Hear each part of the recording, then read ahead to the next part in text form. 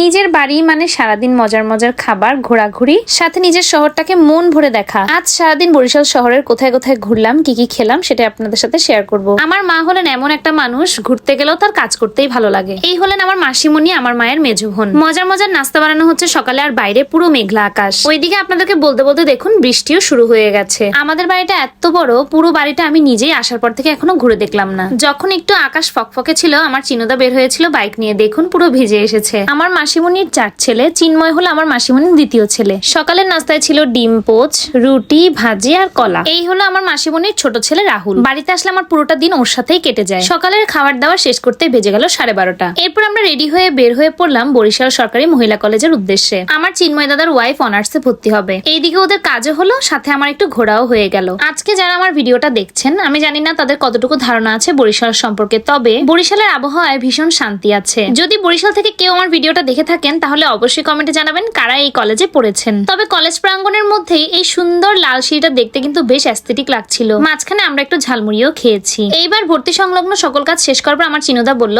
চল আমরা বাইরে আজকে লাঞ্চ করি। তবে এত দেরি করে সকালের নাস্তা করেছি, ভাবলাম না বাসায় গিয়ে ভাতটা খাবো, তাহলে বেশি শান্তি লাগবে। এই বরিশাল শহরটা অন্যান্য বড় শহরের তুলনায় ছোট, তবে পুরো শহরটা অনেক বেশি গোছানো আর পরিষ্কার পরিচ্ছন্ন। চলে এলাম বাড়িতে, আর এই হলো আমার কাকার দোকান। এখান থেকে আমাদের বাড়ির ভিটা শুরু, আর ওই যে সরু রাস্তাটা দেখতে পাচ্ছেন, ওটা আমার দাদুর নামের রাস্তা। এইদিকে বাসায় এসে দেখি মা ইলিশ মাছ কাটছে। বরিশালে এসে যদি চাঁদপুরের ইলিশ না খাই, তাহলে আর কি খেলাম। ফ্রেশ হয়ে তাড়াতাড়ি স্নান করে নিয়েছি, কারণ মজাদার ইলিশ মাছ দিয়ে ভাত খেতে হবে তো। প্রথমে ছিল ইলিশ মাছ দিয়ে পটলের ঝোল, আমরা দিয়ে ডাল, ইলিশ মাছের তেল ঝাল আর একটা ভাজি। চট্টগ্রাম শহরে আমরা যে ইলিশ মাছ খাই, সেই মাছের সাথে এই মাছের টেস্টের আকাশ পাতাল ব্যবধান আছে। তাজা আর অথেন্টিক জিনিসের টেস্টটাই আলাদা। দীর্ঘ 10 ঘন্টা জার্নি করে আমি বরিশাল আসার যে ভিডিওটা পোস্ট করেছিলাম, সেখানে আপনাদের প্রত্যেকের একটাই কথা, আমি যে বরিশালের মেয়ে সেটা নাকি বোঝাই যায় না। আমি ভাষা খুব সহজে আয়ত্ত করতে পারি। একটা মানুষের আসল বৈশিষ্ট্য এটাই হওয়া উচিত। তাহলে ভাবুন আমি নিজেকে কতটা তৈরি করেছি। খাওয়া দাওয়া শেষ করে একটা চিপস খেলাম, তারপর ভাই বোনেরা মিলে রেডি হয়ে গেলাম বের হবো বলে। বাড়িতে বেড়াতে আসলে আমরা কখনোই প্ল্যানিং করে বের হই না, হুটহাট আমাদের মনে হয় আমরা রেডি হয়ে বের হয়ে যাই। এই বছর বাড়িতে বেড়াতে আসাটা আমার কাছে একটু বেশি স্পেশাল। কারণটা আপনারা হয়তো অনেকেই জানেন, আবার অনেকেই আস্তে আস্তে জেনে যাবেন। অনেকেই আবার জিজ্ঞেস করেছিলেন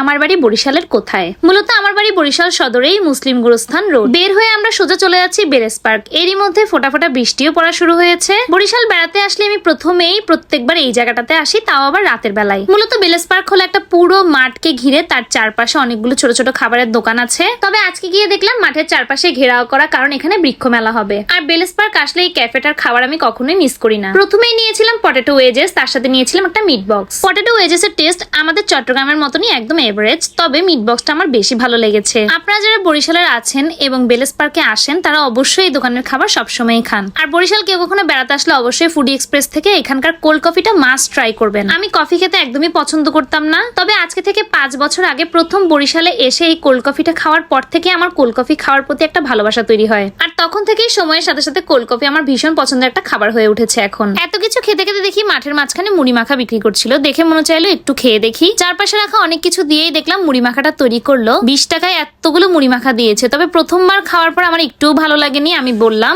লবণ আর ঝাল একটু বাড়িয়ে দিন। তারপর খেতে মোটামুটি লেগেছে। আরেক হলো আমার ভাই রাহুল, যে কিনা বাইরের খাবার তেমন একটা বেশি খেতেই চায় না, আর আমরা দুইজন মিলে এটা শেষ করতে পারছিলাম না। এটা হলো বেলেস পার্কের পুরো মাঠের পিছনের অংশটা। চারপাশে আরো অনেক জায়গায় ঘোরাঘুরি করে এবার আমরা বাসায় ফিরছি। তখন অলমোস্ট রাত 11:30। কাকার দোকানের সামনে এসেই ফ্রিজ থেকে বের করে একটা আইসক্রিম খাওয়া শুরু করে দিলাম। আমি বলেছিলাম আমার বাবারা 9 ভাই 2 বোন, আর আজকে আমার একটা জ্যাঠার বাসায় বসেই আমরা রাতের খাবারটা খাচ্ছি। এইভাবে পরিবারের সকলে মিলে একসাথে বসে খাওয়ার যে কি আনন্দ। তবে সময়ের সাথে সাথে অনেক বোনদের বিয়ে হয়ে গেছে, অনেক ভাইরা এখন এখানে নেই। ছোটবেলা যখন বেড়াতে আসতাম তখন চারপাশটা আরো বেশি গম গম করতো। এরই মধ্যে শুরু হয়ে গেল ঝুম বৃষ্টি। তবে টিনের চালে বৃষ্টি পড়ার যে ঝমঝম আওয়াজ, সেটাতে ঘুমানোর যে শান্তি, সেটা অনেক বছর মিস করেছি। এভাবেই সকলের সাথে আরো একটি সুন্দর দিনের সমাপ্তি ঘটালাম। নেক্সট কোনো ভিডিওতে দেখা হবে। বাই।